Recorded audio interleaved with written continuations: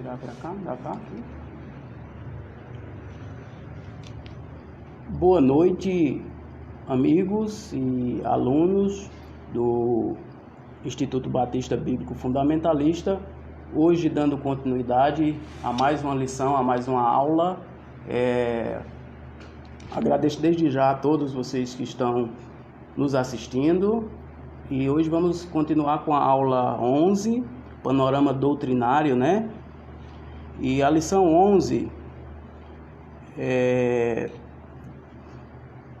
o texto da lição está em Lucas, capítulo 6, versículo 12 e 13.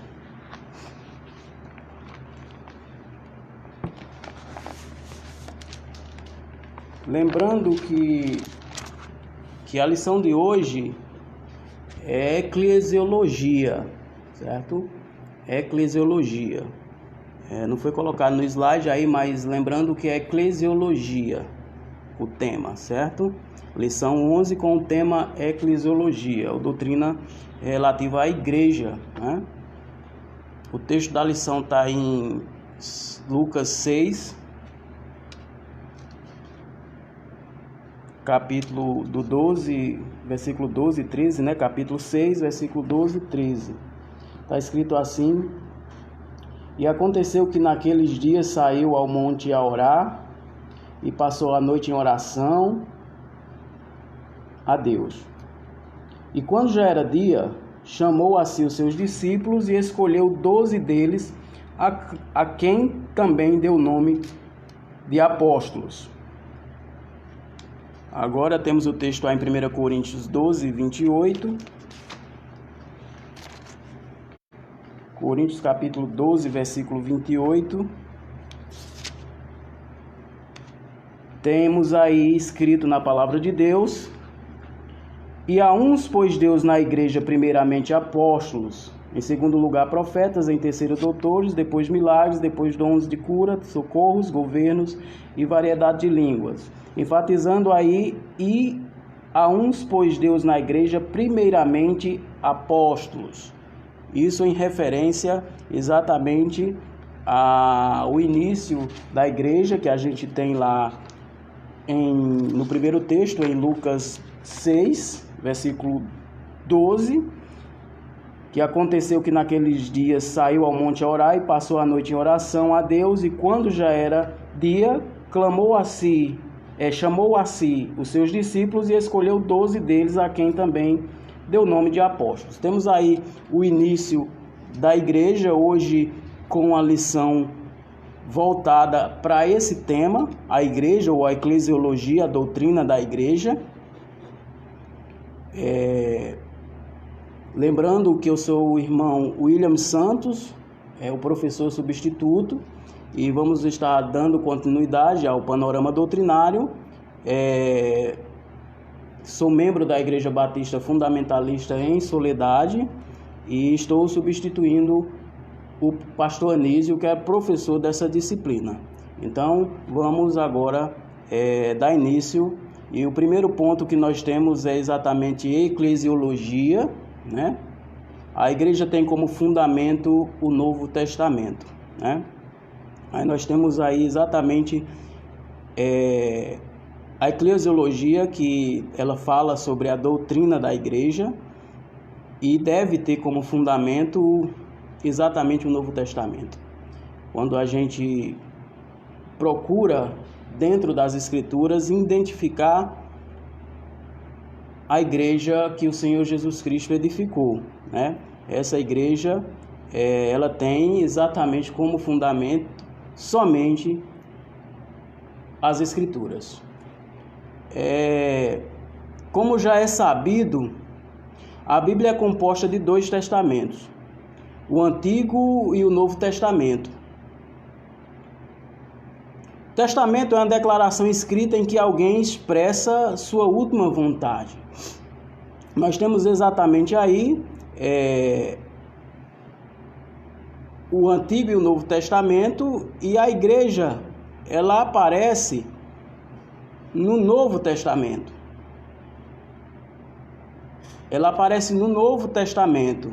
E isso é incontestável nas Escrituras, que a igreja que o nosso Senhor Jesus Cristo fundou não existia no Antigo Testamento. Sendo assim, a sua igreja é fundamentada inteiramente na última declaração de sua vontade através do Novo Testamento. Nós temos aí o Novo Testamento, a igreja edificada pelo Senhor Jesus, né, fundada e continua sendo edificada pelo Senhor Jesus. E temos exatamente uma igreja neotestamentária, uma igreja no Novo Testamento. A igreja ela não é uma continuidade de Israel, como muitos acreditam. Israel, a igreja continua o que seria o povo de Israel. Não, nós não temos referência nem base bíblica para afirmar que Israel é a igreja, que a igreja é Israel. Nós temos coisas diferentes aí, coisas diferentes não são iguais. Então, a igreja ela é neotestamentária, ela é do Novo Testamento. A fé e as práticas da igreja, a doutrina, tem por obrigação serem totalmente de acordo com os ensinamentos do Novo Testamento. Por isso, nós temos o Novo Testamento como referência à prática, à doutrina da igreja. A igreja não traz elementos do Velho Testamento, ela não traz rituais do Velho Testamento, ela não traz rituais do judaísmo ou de alguma prática do Velho Testamento, né? Então, nós temos a igreja totalmente neotestamentária, ou seja, com base total no Novo Testamento. Então, o que é uma igreja neotestamentária? Nós vamos, nesse tempo que nós estamos aqui, vamos fundamentar exatamente sobre essa pergunta. Nós vamos estar respondendo a essa pergunta, o que é uma igreja neotestamentária, o que é uma igreja do Novo Testamento, o que é uma igreja com base e estrutura no Novo Testamento, uma igreja com a doutrina totalmente voltada para o Novo Testamento. Quando a igreja segue rigorosamente todo o contexto do Novo Testamento, com seus ensinamentos e práticas, sem tirar ou acrescentar, então essa igreja é classificada como uma igreja bíblica. Batista em função, é uma igreja que batiza, que essa foi uma das ordens, né, do Senhor Jesus, batizar. Então ela é batista em função, não denominação. Não somos uma denominação batista, mas somos batista por função. Nós somos batista por quê? Porque batizamos. Somos batistas porque a nossa função é batizar, assim como na Bíblia refere-se a João o Batista, porque era a função de João batizar. Nós temos também referência a nós como batistas porque batizamos. Então, somos batistas por função e somos fundamentalistas, pois tem o seu fundamento nas Escrituras. Temos nossos fundamentos, o nosso fundamento é as Escrituras, ou seja, uma verdadeira igreja é neotestamentária. Nós temos o fundamento na doutrina neotestamentária, na doutrina da dispensação das assembleias locais. Há muito tempo tem havido muita confusão acerca do que acerca do que o Novo Testamento refere como igreja, né? Como a igreja. O que mais é concernente ao significado da palavra igreja e, consequentemente, a constituição de uma igreja neotestamentária, né? Nós vamos tentar fazer com que você entenda, porque foi entendido às vezes errado, foi ensinado errado, eu mesmo aprendi errado, eu mesmo entendi errado o significado, o sentido de uma igreja, e precisa que seja explicado, são pontos fundamentais para que se entenda. Até aqui a gente viu doutrinas importantes sobre a salvação, até aqui a gente entendeu doutrinas básicas, que salvação não se perde, né? Que uma vez salvo, salvo para sempre, todos esses detalhes. E agora nós vamos fundamentar exatamente que depois que somos salvos, eternamente salvos, somos adicionados a uma igreja. Quando pedimos o batismo, somos adicionados à igreja, e essa igreja tem que ser bíblica, tem que ser neotestamentária. Por isso devemos identificar essa igreja somente através das Escrituras. Por esta razão, antes de entrarmos em outras questões, é necessário reavivar nossas mentes a respeito desse assunto. Um assunto básico, relacionado à eclesiologia bíblica. Então, peço a atenção de todos nesse ponto, porque vamos estar entrando num assunto importantíssimo, que é a eclesiologia bíblica. Eclesiologia na palavra de Deus. A eclesiologia baseada somente na Bíblia. A palavra em português, igreja, ela é derivada eventualmente da palavra grega kyriakos, que significa isso que pertence ao Senhor.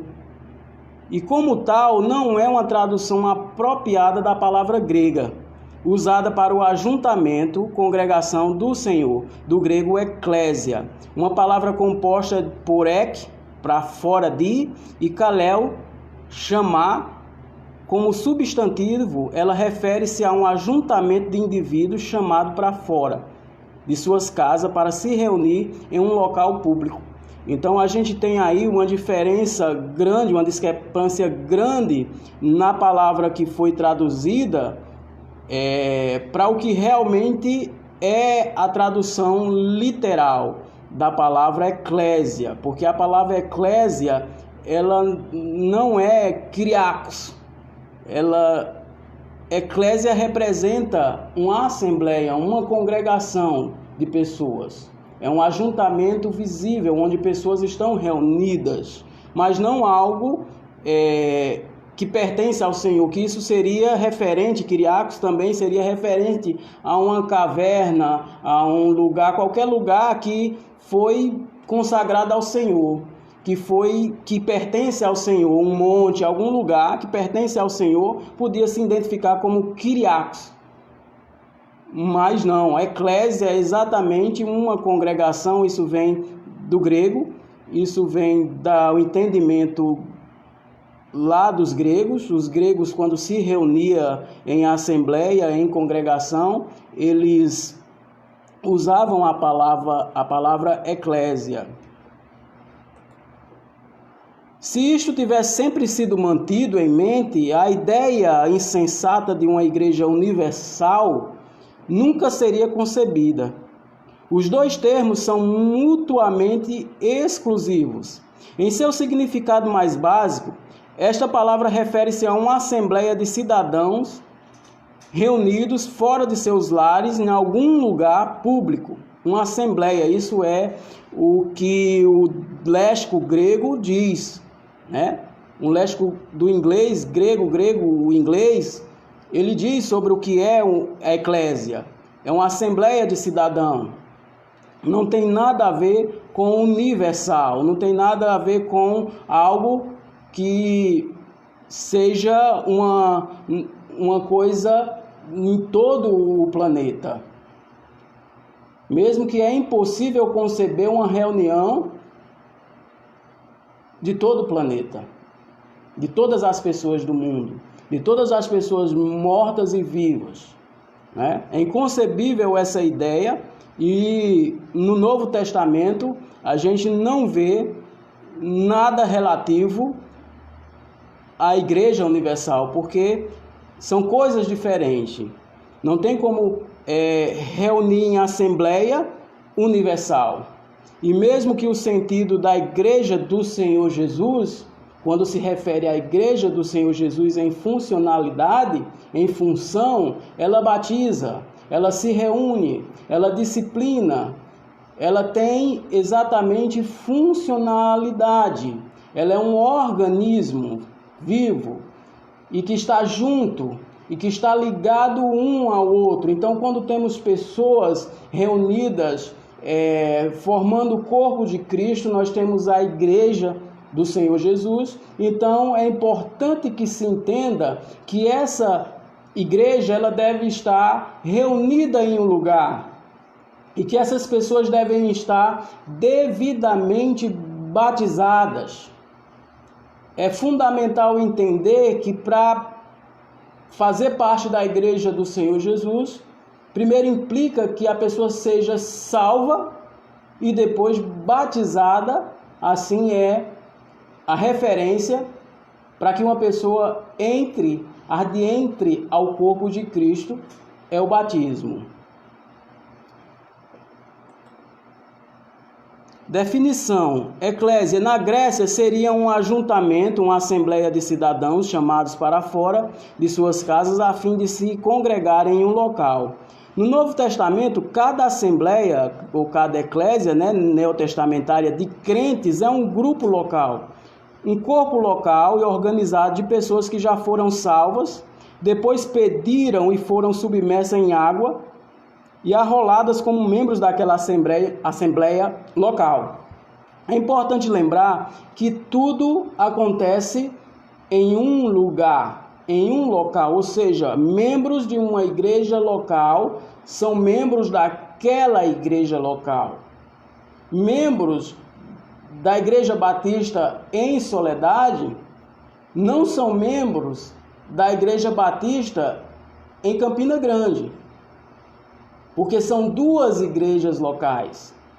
Então, a Igreja em Soledade tem os seus membros, suas funções ali, e ali executam a obra de Deus, a vontade de Deus, adoram a Deus.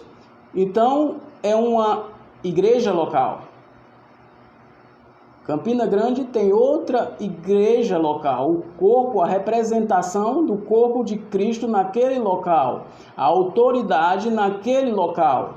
É importante entender, coisas simples de entender, mas que foi mudado, que foi distorcido o entendimento, e a gente vai ver mais na frente como mudaram isso e por que mudaram isso, a intenção de mudar isso, e a confusão que causou isso. Aí a gente tem a foto de um teatro romano na cidade de Éfeso, lá na Turquia. É um lugar milenar. Aí foi exatamente onde Paulo fazia os seus sermões, as suas preleções ao povo, antes de ser preso pelos soldados do Império Romano. Ele falou aos coríntios, em meados do ano 55. E aí nós temos aí a representação de um auditório, de um teatro, de como eram as assembleias dos gregos, que era um lugar específico. E obviamente visível. Aí podemos ver que é um local visível, pessoas se reuniam lá, pessoas físicas, não eram pessoas invisíveis, nem lugar invisível, mas pessoas físicas que se reuniam ali. Atos 19 relata um acontecimento interessante, que foi exatamente o embate que Paulo teve nesse lugar, por causa da adoração à deusa dos Efésios, a Diana dos Efésios, e disputavam exatamente lá no teatro. E temos lá um exemplo de uma assembleia, não uma eclésia de Cristo, mas uma eclésia de gregos, uma eclésia de pessoas reunidas para discutir, para tratar de um assunto. Mas se tratando de uma igreja bíblica neotestamentária, batista, seus membros saem de suas casas e se reúnem físico e corporalmente, uma ou mais vezes por semana, no mesmo local físico, para todos juntos servirem a Deus com uma só doutrina e prática, biblicamente definidas e unanimemente criadas, né? E defendidas entre os seus membros, e absolutamente neotestamentária. Não é uma igreja neotestamentária, do que não é uma igreja batista, do que não é uma igreja bíblica, né? Uma igreja não é o edifício, né? A gente tem aí o edifício. No primeiro exemplo aí temos um X, não é um edifício, não é uma denominação. Nós temos aí uma foto com várias logomarcas de igreja, né? Com várias logos criadas pela algumas igrejas e denominações. Então, a Igreja de Cristo, ela não é denominacional, ela não é algo invisível, né? Nem é universal, né?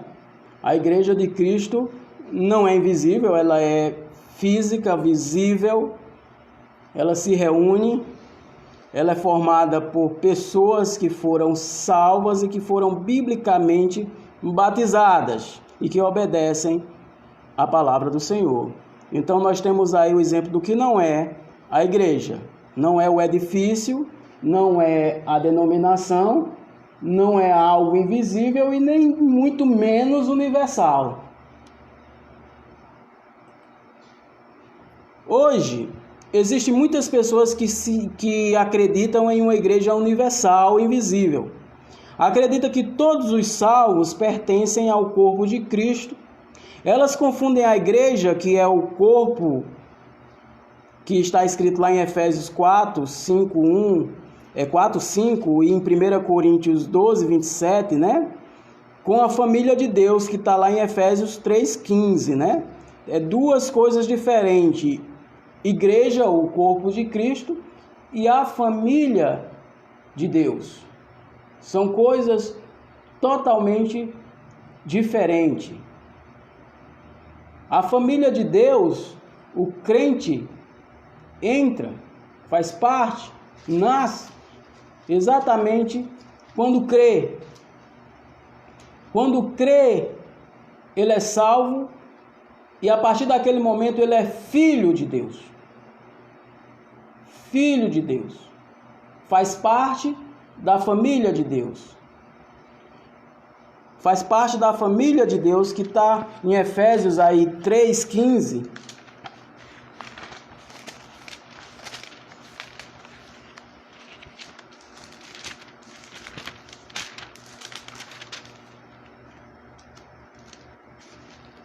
Efésios 3,15.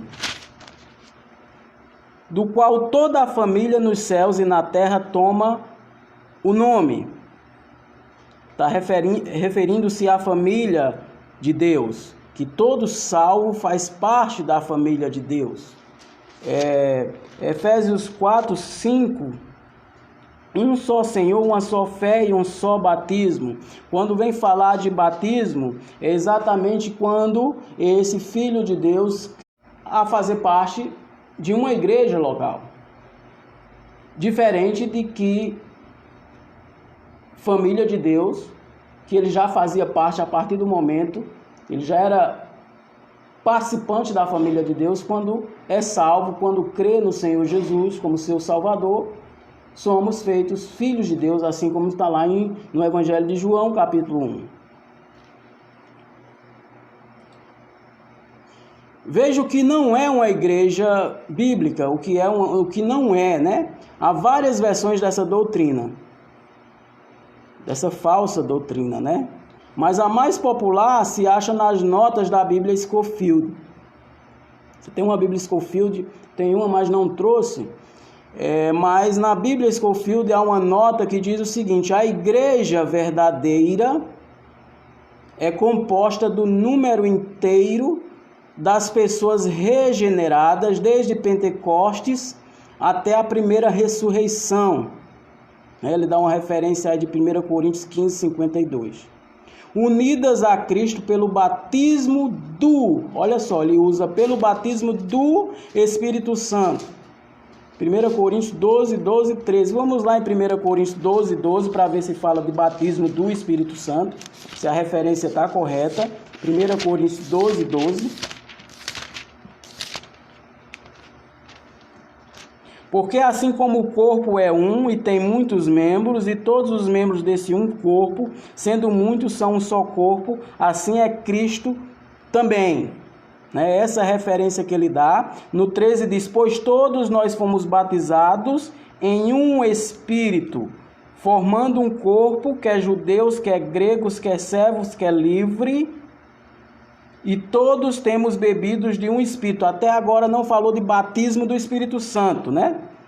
Falou em batismo em um Espírito. Então, batismo do Espírito Santo não apareceu na referência. Unidos a Cristo pelo batismo do Espírito Santo. Então, essa doutrina tem muitas falhas. A igreja já existia durante o ministério de Jesus Cristo. Jesus chamou seus discípulos, seu pequeno rebanho, em Lucas 12, 32, e sabemos que o seu rebanho é a sua igreja. Este pequeno rebanho já existia antes do dia de Pentecostes. No dia de Pentecostes, quase 3.000 almas foram acrescentadas à igreja em Jerusalém. O pequeno rebanho ficou maior. Como pode fazer isto se a igreja não existia antes? Aquelas almas foram adicionadas ao que já existia. Então, se fosse existir a partir daquele momento, não era adicionar, como está lá em Atos. Deus pôs primeiro os apóstolos na igreja, como lemos inicialmente, 1 Coríntios 12, 28. Primeiro os apóstolos foram membrados à igreja, começando a partir deles, os apóstolos, a primeira igreja, bem antes do Pentecostes. Os apóstolos foram os primeiros membros, os primeiros adicionados à igreja. Quando o Senhor Jesus fundou, ele colocou primeiramente os apóstolos na igreja. Então a igreja já existia bem antes do Pentecostes. Jesus escolheu seus apóstolos durante o seu ministério.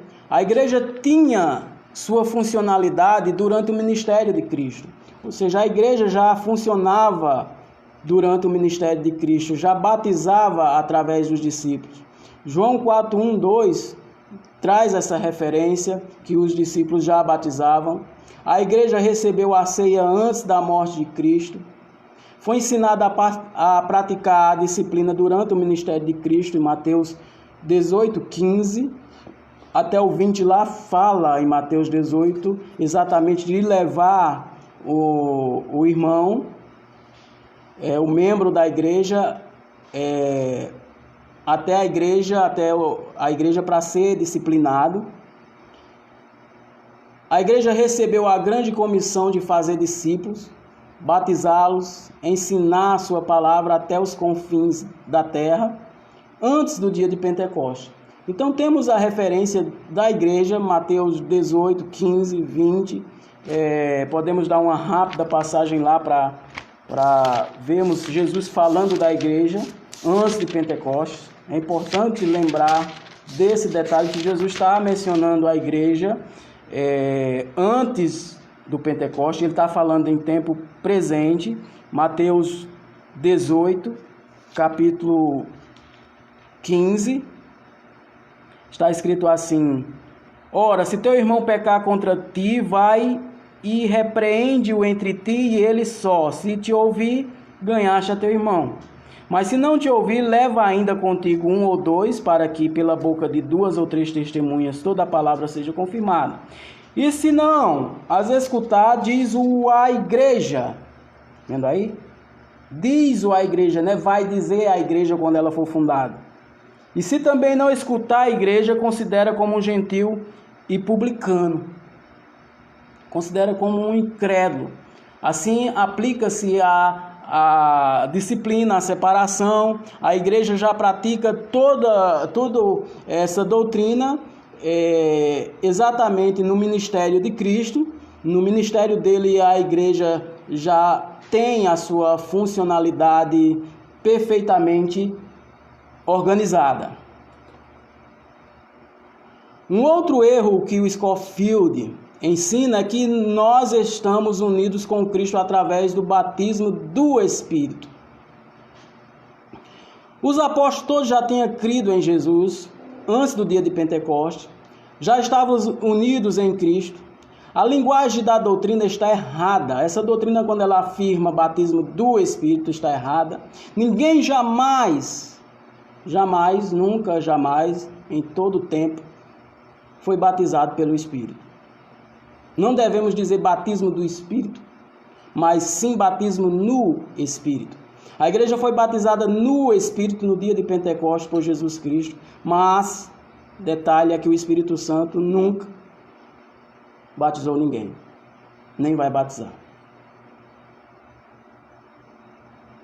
É detalhe ver isso nas Escrituras, que a igreja ela foi batizada no dia de Pentecostes, no Espírito Santo, e uma só vez foi batizada no dia de Pentecostes. Pentecostes só aconteceu uma vez, o batismo no Espírito, não o batismo porque o Espírito Santo não batiza ninguém, é o batismo no Espírito Santo. Isso quer dizer que esse batismo foi realizado por Jesus Cristo, onde ele batizou a igreja no Espírito Santo, autenticando assim a sua igreja para o ministério que seguia adiante. Scofield ainda erra em dizer que todos os crentes fazem parte do corpo de Cristo. Mais um erro do Dr. Scofield. Generalizou isso entre muitas igrejas. A igreja é o corpo de Cristo. E para fazer parte da igreja, o pecador tem que ser arrependido, batizado em água e recebido como membro pelos demais membros. Isso está lá em Atos 2,41, quando foram adicionados mais de 3.000 almas à igreja que já existia. Atos 2,41. De sorte que foram batizados os que de bom grado receberam a palavra, e naquele dia agregaram-se quase 3.000 almas. Então, aquela igreja que antes tinha um pouco mais de 120 reunidas, agora se adiciona 3.000 almas através do batismo. Eles fazem agora parte da igreja através do batismo. É importante frisar que esse batismo é em água, né? E que batismo não salva ninguém. Batismo não salva ninguém. Primeiro vem a salvação por crer em Jesus. O Espírito Santo convence o pecador dos seus pecados, da justiça, do juízo. Assim é salvo. E assim recebe o batismo. Esse batismo não salva, não lava, não, simplesmente simbólico, simplesmente uma ordem de Deus, simplesmente um meio a qual o Senhor Jesus escolheu para identificar as suas igrejas, identificar o crente salvo que adentra a igreja. Isso faz parte de obediência, isso liga sim à obediência, o batismo da maneira correta, submergindo o crente já salvo. Portanto, o crente tem a salvação antes de ser batizado em água, mas não faz parte da igreja nenhuma se não obedecer a Cristo no batismo único.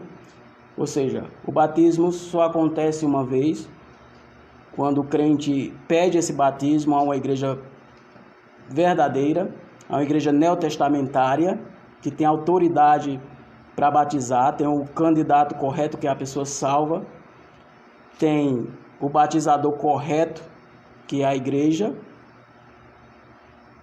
O mesmo batismo que Jesus recebeu foi dado à sua igreja para praticar até a consumação dos séculos, ou seja, aquele mesmo batismo, né, em água, submergindo em água. O batismo João submergia, então é um batismo de submergir em água, não é outro modelo, não é outro tipo de batismo, é o mesmo praticado, é o mesmo modo, né? Um crente verdadeiro que é disciplinado pela igreja não faz mais parte da igreja, mas não perde a sua salvação. É importante frisar isso, já estudamos sobre isso, sobre perda de salvação, que nada muda a situação de um salvo, nada tira algo que não é guardado por ele, é guardado por Cristo, eternamente por Cristo. Então, a desobediência à igreja, ou seja, o afastamento da igreja, a disciplina da igreja, não tira a salvação de ninguém, mas simplesmente desliga o crente da igreja. Ele não faz parte da igreja mais depois desligado, mas não perde a salvação. Se ele se arrepender do erro, se ele se corrigir, será perdoado. Claro, se recebido pela igreja, né? Não é o pastor que o recebe de volta, não é um irmão, mas sim a igreja tem que concordar. Se a fé nos colocasse na igreja, isto é, no corpo de Cristo, como fica este membro disciplinado, né? Se é pela fé, ele não faz parte do corpo, isto é, da igreja, mas ainda é salvo, né? Continua salvo. Ele é simplesmente eliminado da igreja quando está em desconformidade com a igreja, com a doutrina, né? Mas continua salvo. Nada muda isso. Nada pode tirar alguém das mãos do Senhor Jesus. Uma vez salvo, salvo para sempre. Frisamos novamente e vamos frisar, repetir quantas vezes for necessário, que uma vez salvo, salvo para sempre. Estamos falando aqui exatamente da doutrina da igreja, da eclesiologia bíblica, que vamos exatamente fundamentar essa lição. Outras escrituras indicam que a igreja existiu durante o ministério do Senhor Jesus. Se não escutar, diz a igreja, a gente leu esse texto, e se também não escutar, a igreja considera como gentil e publicano, lá em Mateus 18, 17. O tempo do verbo dizer não é futuro, como se de algo será ainda por vir, que está por vir, né? Mas é imperativo, como pertencendo ao que já era existente. Aqui já estava dada a autoridade da igreja, né? Vós, maridos, amai vossas mulheres, como também Cristo amou a igreja e a si mesmo se entregou por ela. Está lá em Efésios 5, 25, né? Já menciona a igreja, dizer que a igreja não estava em existência até o próximo Pentecostes, é dizer que Jesus morreu por algo que não existiu então, né? Que não existia até então. Aqueles que sustentam que a igreja não foi instituída até Pentecostes devem negligenciar várias claras e preciosas verdades, né? Que o Senhor Jesus amou a igreja, que a si mesmo se entregou por ela, né?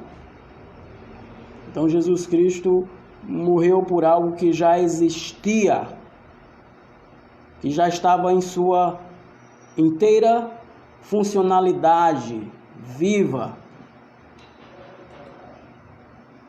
Jesus constituiu apóstolo na igreja antes de Pentecostes, mas em 1 Coríntios 12, 28, o texto inicial, diz que isto foi o primeiro ato relativo à igreja. Lucas 6, 12, que também lemos, mostra que esta separação de apóstolos dos discípulos, em geral, ocorreu quando Jesus chamou os discípulos para fora da multidão que o seguia. Exatamente o sentido de eclésia, né, que chamou eles para fora, os discípulos, e dos discípulos Jesus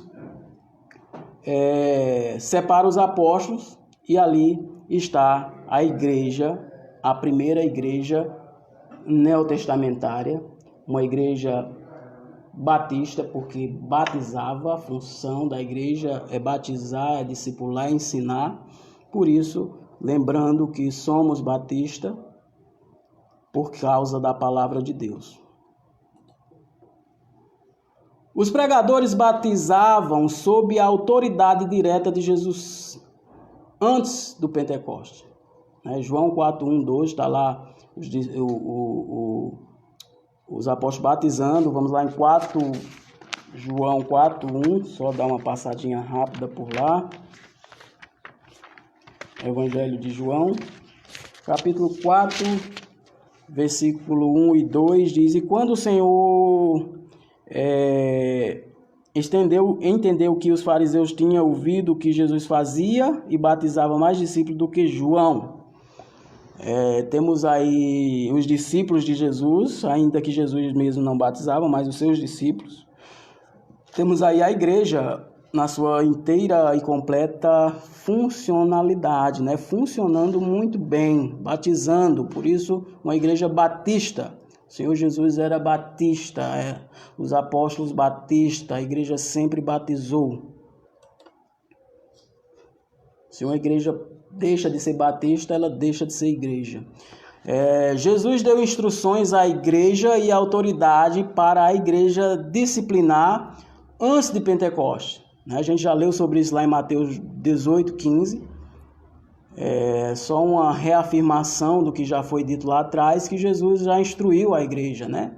Ele dá a instrução que a igreja tem autoridade para simplesmente desligar, disciplinar alguém na igreja que não está conforme a doutrina.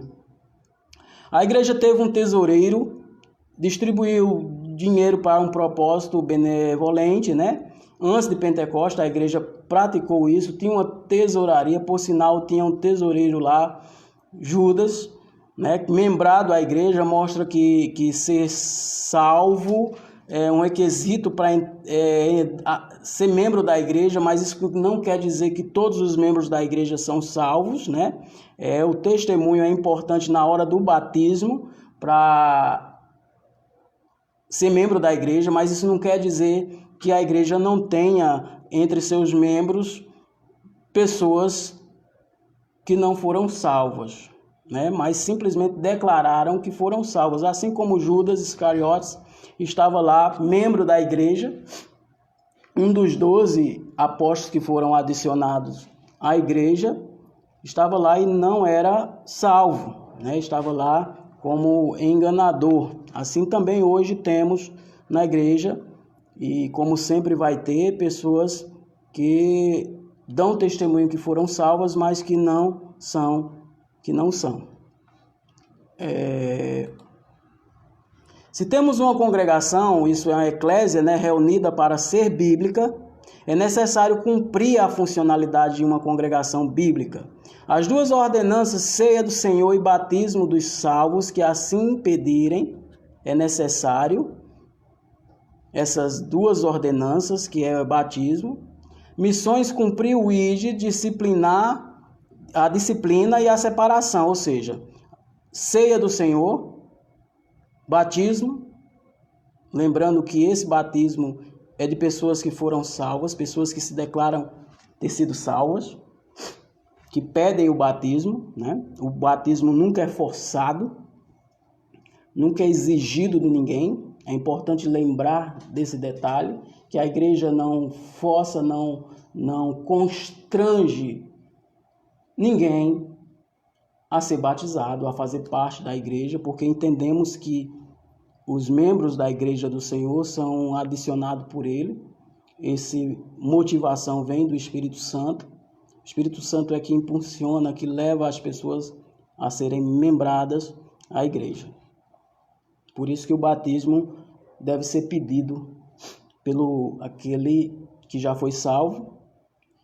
É importante que ele entenda que agora precisa cumprir com toda a ordenança, com toda a ordem, assim como o Senhor Jesus respondeu para João Batista, cumprir cumprir toda a lei.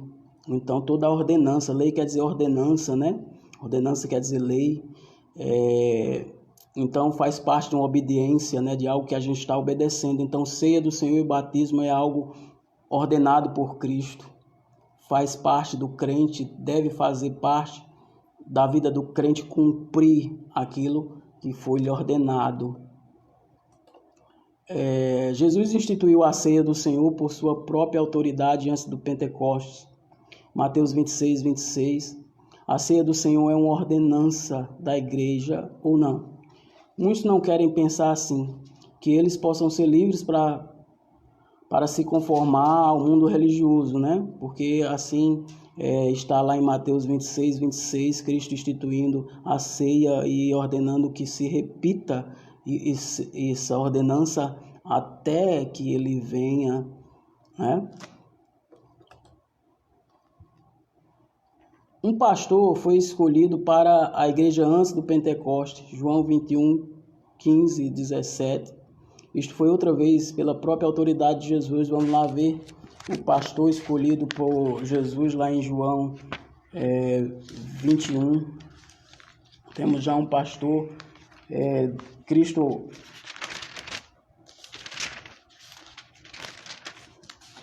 instituindo um pastor à igreja.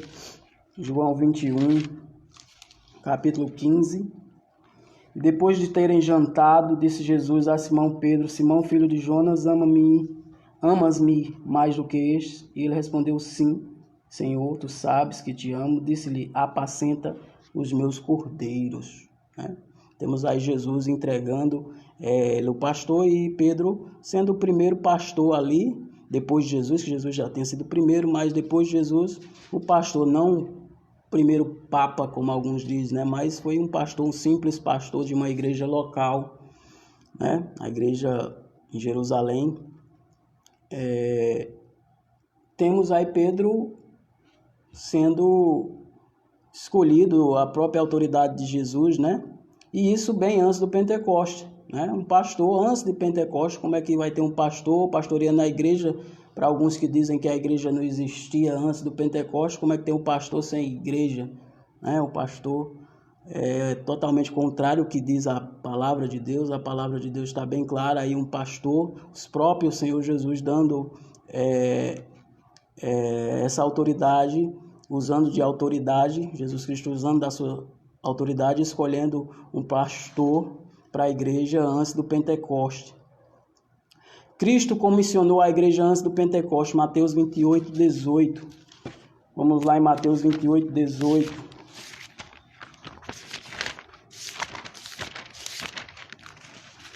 Mateus 28, versículo 18, diz o seguinte: chegando-se Jesus, falou-lhes dizendo: é-me dado todo o poder no céu e na terra. Portanto, ide, fazeis discípulos de todas as nações, batizando-os em nome do Pai, do Filho e do Espírito Santo, ensinando-os a guardar todas as coisas que eu vos tenho mandado, e eis que eu estou convosco todos os dias até a consumação do mundo. Amém? Temos aí Cristo comissionando a igreja antes do Pentecoste. Cristo está falando com a igreja. Esse texto aí foi colocado tanta religiosidade no texto, tanto filme foi mostrado de maneira errada, representado de maneira errada, filmes religiosos, e tanta pregação errada em torno disso, que mistificaram esse texto, porque Cristo está falando com a igreja ali presente, né? E essa igreja representando a igreja que ia continuar, que ia se espalhar as igrejas, né? Então Cristo comissionando aquela igreja e deixando exatamente a referência para as demais igrejas que viriam naquele modelo, que seriam iguais àquelas na prática, na doutrina, que seriam guardando todas as coisas, né? Batizando, fazendo discípulo, né? Ensinando e indo, né? Por todo mundo, pregando o evangelho. Então, ele promete estar convosco todos os dias.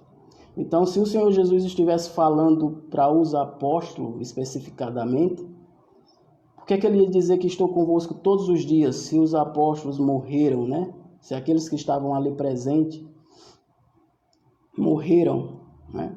Então Jesus usa exatamente: estou convosco todos os dias até a consumação. do mundo. Então, o Senhor Jesus está com a igreja até exatamente o dia da retirada dos crentes, né? E esses crentes estarão com Cristo exatamente eternamente. Jesus prometeu à igreja o batismo no Espírito Santo, Atos 1:5, né?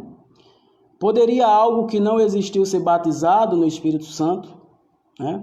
Vamos ver lá em Atos 1:5.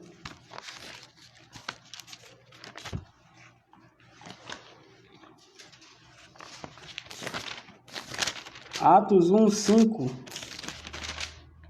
está escrito: porque na verdade João batizou com água, mas vós sereis batizados com o Espírito Santo não muito depois desse dia.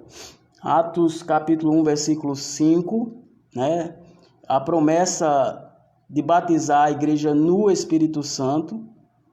Nenhuma palavra nisto implicou que este seria o começo da igreja. Nenhuma igreja foi fundada sobre Pentecostes, exceto talvez nas mentes de Scofield, né?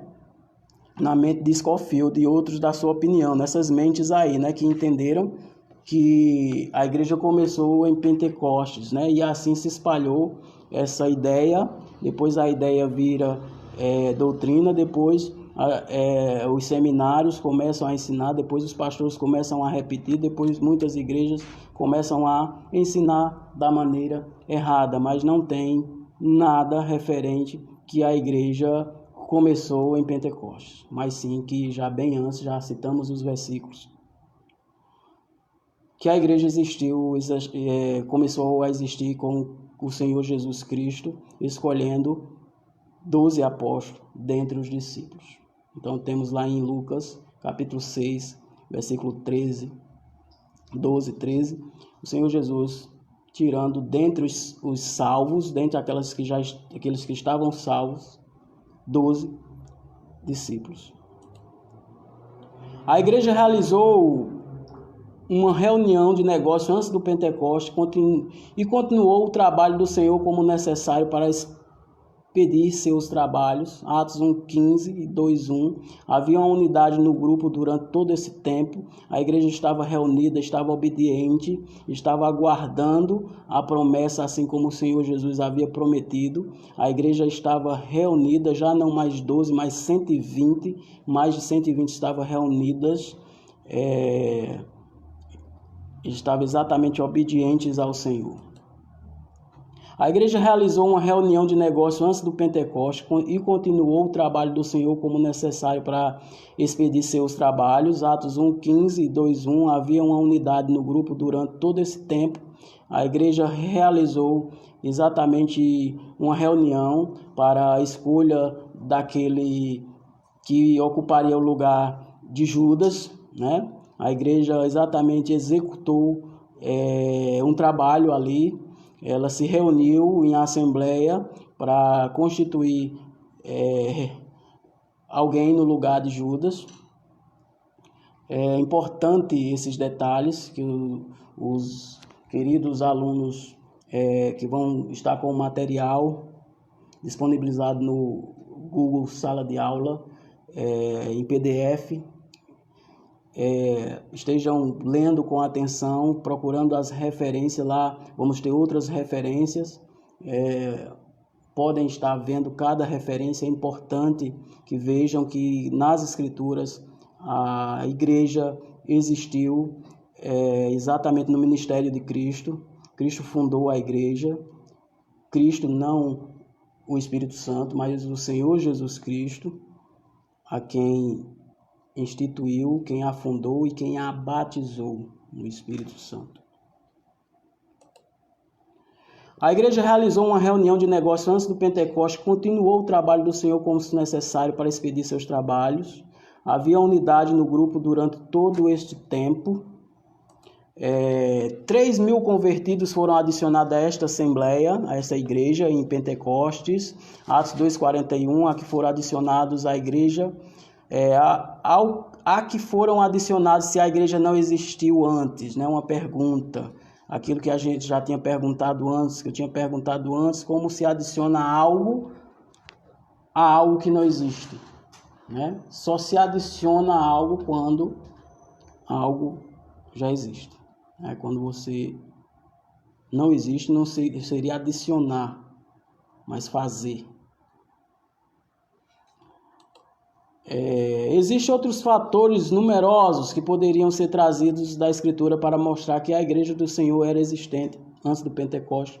Mas não estenderemos esta discussão para aqueles que não perceberam isso das seguintes coisas, não acreditam mesmo se o próprio Senhor Jesus estivesse diante deles e dissesse essas verdades. O preconceito cego é sempre muito tenaz para manter sua própria posição, né? Então, a gente tem a nossa posição bíblica, né? Nossa posição bíblica já demonstramos, já fundamentamos biblicamente sobre nossa posição batista, bíblica, fundamentalista, né? Que a igreja é exatamente neotestamentária, que o seu fundador é Jesus Cristo no seu ministério, que Lucas capítulo 6, versículo 13, ali nós temos o início da igreja, né? Destaque: no Novo Testamento, cada e toda a igreja ou eclésia de crentes é um grupo, um corpo, um organismo diferente de organização. A igreja é um organismo, ou seja, é algo vivo, é algo num local ligado um ao outro, membros que estão ligados, que conhecem um ao outro, não é algo espalhado, né? Não é uma associação, não é algo onde fuja do sentido bíblico de autoridade somente em Cristo, que é o cabeça da igreja. A igreja de Cristo não tem homens como cabeça dela, não tem presidente, não tem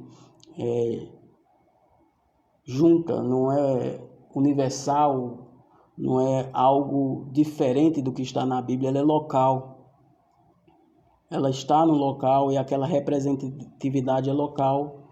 O seu governo ali é local, Cristo é autoridade, é organizado por pessoas salvas, batizadas, se reúne fisicamente uma ou mais vezes por semana, ela se reúne fisicamente, a igreja ela não é invisível, ela é composta de pessoas que foram salvas, essas pessoas amam mutuamente um ao outro, essas pessoas conhecem um ao outro, essas pessoas sentem uma às outras, né? O local é físico, não é invisível. Estão fisicamente e espiritualmente juntas, né? É importante lembrar dessa união dos membros da igreja que estão juntos, unidos, como o cabeça que é Cristo, né? A igreja é o corpo, Cristo é o cabeça da igreja. Servem a Deus verdadeiro, ao Deus verdadeiro, né? Prestam serviço de adoração ao Deus verdadeiro. Uma só doutrina e prática, é neotestamentário. O objetivo é proclamar e expandir o evangelho e organizar outras da mesma fé e prática. Eu agradeço, né? Chegamos no final dos slides e as perguntas você pode nos contatar nas redes sociais, lá mesmo na sala, para quem é aluno, pode fazer as perguntas ou dar alguma dica, alguma sugestão, está aberto lá, alguma dúvida. Nós estamos sempre acessando online lá para ver, e peço aos alunos que atentem para o material que vai ficar disponibilizado lá, e desde já eu agradeço os alunos que tiveram presente até aqui, os amigos também que estão nos assistindo. Qualquer curiosidade pode ir aí nos comentários, qualquer coisa pode comentar, pode perguntar, a gente tem o maior prazer de responder né? Se ficou alguma dúvida, se quer algum esclarecimento a mais sobre o assunto.